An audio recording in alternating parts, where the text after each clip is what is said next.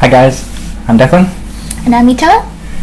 And in Ethical Fashion today, we're going to be talking about the UN Alliance for Sustainable Fashion. So the UN Alliance for Sustainable Fashion is basically addressing the damage of fast fashion. It was launched by the UN Environment Assembly, and it has since got about 8 partners. Yeah, basically, so what they're addressing in the fast fashion industry is not so much the society issues, more just from an environmental perspective. So it's more about sustainability. So it's got the reasons why they think it's important. So they're saying that the fashion industry is the second biggest consumer of water. It's responsible for about 8 to 10% of global carbon emissions, which is more than all international flights and maritime shipping combined, which I've seen pop up in a few reports recently. So it also goes into the fact that the average consumer now buys 60% more pieces of clothing than 15 years ago, and it's that each item is kept for half as long, so obviously causing a lot more destruction than it was before. So it's taking into account all the environmental impacts that fast fashion has created over the years, but it's also wanting to hold the social side as well. Seems like it's more torn towards the sustainable side, but they also have plans to help the social impacts too. Yeah, I think because obviously a lot of the people that they're collaborating with, it's basically like creating a platform for people who are already doing stuff in the industry, and obviously their perspective is social as well as sustainable. Yeah, they say that the fashion industry is valued at around $2.4 trillion, and it employs over 75 million people worldwide. Yeah, it says of that it loses about $500 billion every year due to lack of recycling and clothes that are thrown into landfill before even ever being sold. So that's perfectly good clothes. That's $500 billion worth of perfectly good clothes that are just going straight to waste. And obviously the creation of all of them is creating a lot of destruction for no reason, underpaid workers, and all for nothing really. Yeah, it's saying it doesn't necessarily use the term of disposable fashion, but it does tackle the fact that consumers are buying a lot more than they used to 15 years ago, and they're not using the product as long as before. So there's a lot of waste being created because of that generation, and they want to educate and promote more sustainable ways of using fashion. It's got some of the alliances that the key alliances that they've created already, and that's including one with the Food and Agriculture Organization. So it's promoting blue fashion, which is the use of sustainable maritime materials and protecting like arable land. So I guess from their perspective, Food and Agriculture is they want the land for food, so it'd be better if they're sourcing more. There's plenty of recycled materials coming from the sea. It saves land. Another one, which is International Trade Centre, has set up the Ethical Fashion Initiative, which is for like small artisan developers, creators in the developing world. So it's like creating sort of production line for smaller developing world countries. So like instead of going and putting big business there, using the resources that they already have. Another one that they obviously talk about is themselves. So there's a UN environment which is pushing governments to foster sustainable manufacturing practices. So they obviously good. That's probably, I think it's probably the main positive thing from the UN setting this up.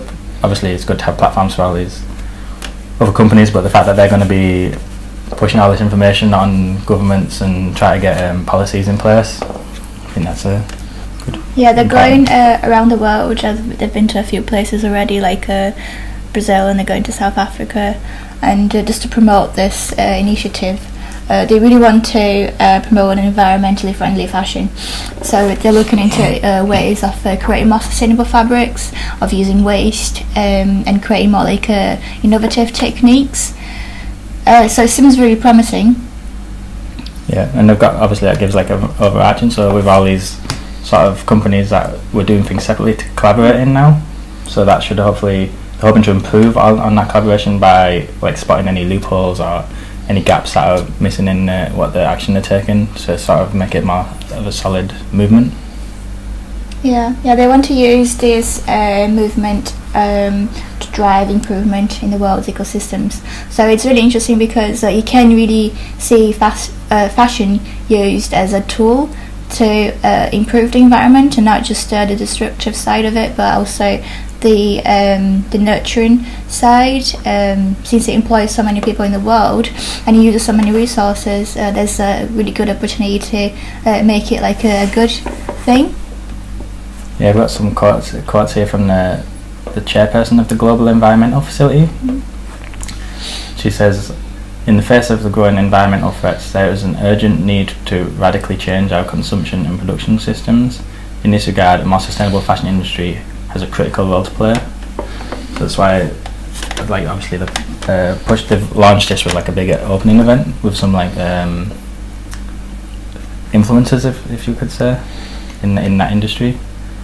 Another quote is from the president of the UN Environmental Assembly, who says that by using fashion as a form of activism and empowerment, the UN Alliance for Sustainable Fashion doesn't perceive sustainability as a limitation to fashion, but rather a trigger for bringing real creativity and passion into the industry.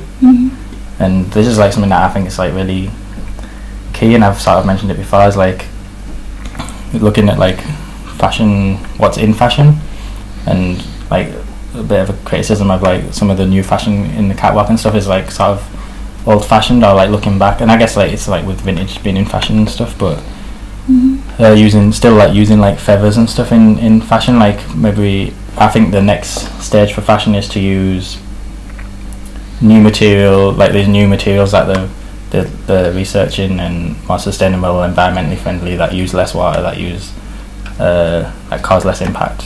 There's like a lot it's a lot being created in terms of the zero waste, like food waste especially, like Pinatex, orange peel. So there's a lot of innovations coming to light in the last few years, which is really promising. Yeah, like mushroom leather and stuff like, and these all give like different. They're not exactly the same. It's not like a replacement, but almost like some of these aren't really. They're not exactly the same alternative. So it does create a different texture and different look. I think people should be working more with like that. Creating new alternatives. Exactly. Yeah. With that, create new looks themselves rather than try to recreate old looks.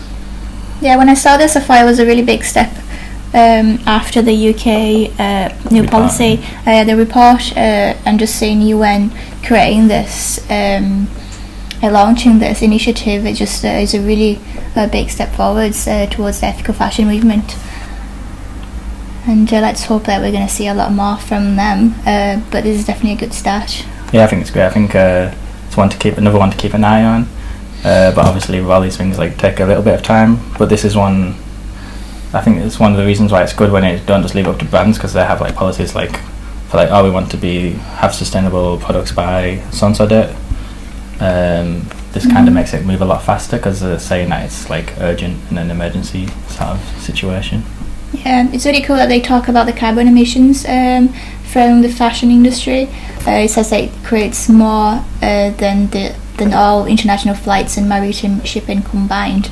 So that's an insane amount of carbon emissions being created.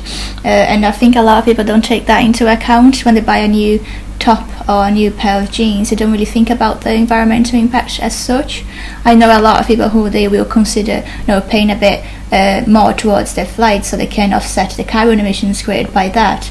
But then there is something that we wouldn't really consider, like just buying something that is a higher quality and it has less environmental impact, from the clothes that we wear, just to have the same effect. Yeah, I think the flight thing helps put it in perspective, because I think like people say like, oh, you do all this environmental stuff and then you take a flight and it's like all the way ruined. So I think like that's like almost a joke almost, but like I think that puts it into perspective when you see that that's not actually like the biggest causing the most harm, and actually just wearing clothes is actually causing a lot more damage, like because of the amount of consumption. So I think this hopefully will gets some media attention would be cool, and then lead to more high quality, better clothing that can be reused and stuff. I think that's it. I think that's the main key points. That's the main benefits of today, and I think it's a fairly positive one. Thanks for watching or listening. This has been Ethical Fashion Today. I'll see you tomorrow.